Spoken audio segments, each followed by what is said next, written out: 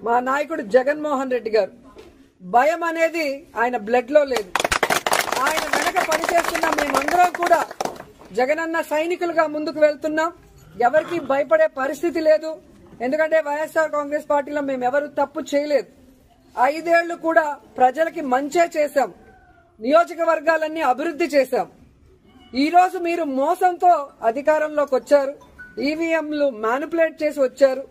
ఏ విధంగా సూపర్ 6 అంటూ ప్రజల్ని మోసం చేసి వచ్చారు. మీరు సిగ్గుపడాలి, మేము సిగ్గుపడాల్సిన అవసరం లేదు. కానీ ఈ రోజు టీడీపీ వాళ్ళని హెచ్చరిస్తున్నాం, ఇలాంటి పనికిమాలిన కార్యక్రమాలు మరొకసారి చేస్తే సహించేది లేదు.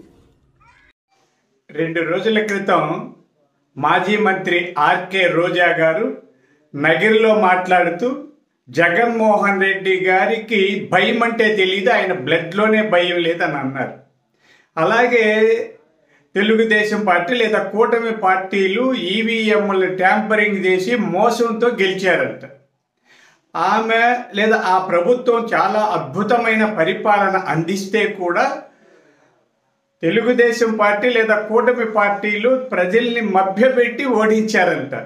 అమ్మ రోజమ్మ ఆమె మళ్ళీ అన్నది సిగ్గులేనని మాకు. అమ్మ నేను నిన్ను అడుగుతా, సిగ్గులేని వాళ్ళకు భయం ఎందుకు ఉంటుందమ్మా? బరి తెగించిన వాళ్ళకి భయం ఎందుకు ఉంటుందమ్మా రోజమ్మ? ఇక్కడ బరి తెగించడం అంటే మనం ఆటలు ఆడుతుంటాం, దానికి ఒక గీత గీసి ఉంటారు. ఆ గీత దాటడం అంటే హద్దులు దాటడం, బరి తెగించడం అంటుంటాం తెలుగులో. మీకు భయం ఎందుకు ఉంటుంది? అసలు సిగ్గు ఎందుకు ఉంటుంది? సిగ్గు లేకుండా ఎగ్గు లేకుండా మాట్లాడడము అది రోజా గారికి మాత్రమే తగునన్నది ఈ మాటలని బట్టి అర్థమవుతుంది. నగిరి నియోజకవర్గంలో ఆ నియోజకవర్గం ఏర్పడినప్పటి నుంచి ఇప్పటి వరకు రోజా గారి అంత ఘోరంగా ఓడిపోయిన వ్యక్తులే లేరండి. ఎప్పుడు కూడా 2000, 3000, 5000కు మించి ఎప్పుడూ మెజారిటీ రాలేదు అక్కడ ఎవరికి.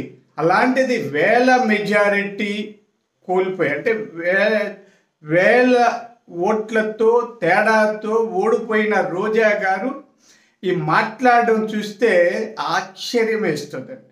అమ్మ రోజమ్మ మీకు భయం లేదు, మీ జగన్మోహన్ రెడ్డి గారికి భయం లేదు, మీ నాయకులకి ఎవరికి భయం లేదు. ఒకసారి ప్రజల్లోకి రండమ్మ. మీ పరిపాలనలో చేసిన దురాగతాలు, దోపిడీలు, దొంగతనాలు, అవినీతి, అక్రమాలు, ఎర్రచందనం స్మగ్లింగు, ఇసుక స్మగ్లింగు, రాళ్ళు రప్పులు, ఏది పడితే అది సరిహద్దులు దాటించిన మీ చరిత్ర ప్రజలు చెప్తారు. రోజమ్మ మీ సోదరులు, మీ భర్త గారు నగిరిలో ఎంత దోపిడీ చేశారో ఆ నగిరి టవర్ క్లాక్ దగ్గరికి రమ్మ చెప్తారు. ఎవరిని అడిగినా చెప్తారు.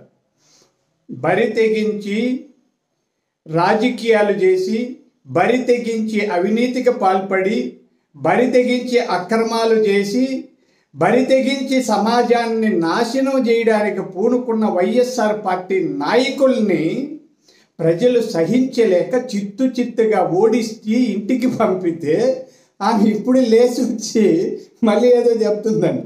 ఏందమ్మా రోజమ్మా నువ్వు ఏదో మా చిత్తూరు చెల్లమ్మ అనుకుంటే, కొద్ది మాట్లాడేటప్పుడు ఇంగిత జ్ఞానం అంటారు, వివేకము అంటాం. మనం ఏదైనా చెప్పేటప్పుడు అర్థం చేసుకోండి. మీకు 151 సీట్లు వచ్చినప్పుడు ఈవీఎంల ట్యాంపరింగ్ అని అంటే మీరు ఒప్పుకున్నారా? ఏమన్నారు అప్పుడు? అలాగేనమ్మా మీకు 151 వస్తే మాకు 164 వచ్చాయి. ఆ రోజు మీకు ఏది వర్తిస్తుంది, ఈరోజు మాకు అదే వర్తిస్తుంది, మంచి అయినా చెడ్డైనా. కాబట్టి రాజకీయాలలో ఉన్నతమైన స్థానాల్లో ఉన్న వ్యక్తులు మాట్లాడేటప్పుడు కొంత వివేకం కలిగి మాట్లాడితే ప్రజలు హర్షిస్తారు, లేకపోతే గర్హిస్తారన్న విషయం ఎప్పటికైనా రోజా గారు తెలుసుకుంటే మంచిది.